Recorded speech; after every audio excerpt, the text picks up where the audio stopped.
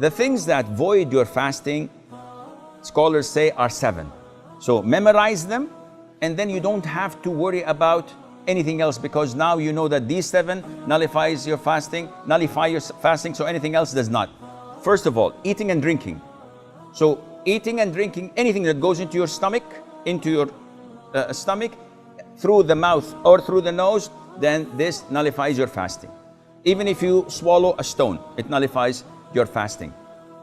Secondly, whatever takes the role of food and drink, such as the IV, if you have glucose, for example, that you can live for 3-4 days without eating and drinking, just because of this IV is going into your veins. So this nullifies your fasting. And this means that if I take antibiotics, if I take Voltaren shots, if I take insulin, if I take penicillin, anything that does not nourish me, that does not take the role of eating and drinking, this doesn't nullify your fasting. So if someone says, if I have to take vaccines, does it affect my fasting? No, it doesn't. I have to extract a tooth, and the doctor gives me or anesthesia. Does it affect my fasting? The answer is no. Thirdly, vomiting intentionally. I ate too much, I have something going on, I don't like it, I put my finger or smell something and I vomit intentionally, this voids my fasting. If I ate too much and I feel disturbed and all of a sudden, without me helping it, I'm throwing up, I'm vomiting, this is unintentional, it doesn't affect your fasting. Fourthly, cupping, and this is an issue of dispute among scholars. So the most authentic opinion, it's safer not to cup while fasting. Cupping is having scratches and slashes on the back of your neck or on your shoulders, and then extracting the rotten blood. And it's a form of healing and medication. It is good, the Prophet encouraged it, alayhi salam. But during fasting, refrain from it because it's an issue of dispute.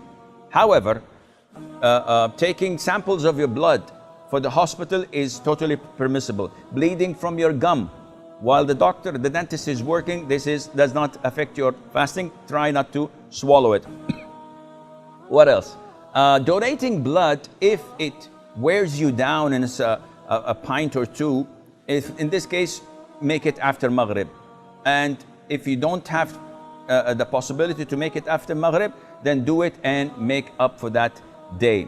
Fifthly, ejaculation. Any person ejaculating while he's awake, of course, because this is different than nocturnal emission. What you suffer or what you have of what they call wet dreams, when you ejaculate while sleeping, this doesn't affect your fasting at all. But if you do it intentionally while awake, by looking at something or thinking or masturbating, this nullifies your fasting. Sixth is intercourse, and this is the highest of all. And we spoke about the expiation in the beginning. Seventh is the blood of menses or postnatal bleeding. These two, if there exist, then the fast is void, even if it's seconds before the adhan of the Maghrib. Now, if you look at toothpaste and look at these 7 categories, you will find that as long as it doesn't go into your throat, you're in the clear.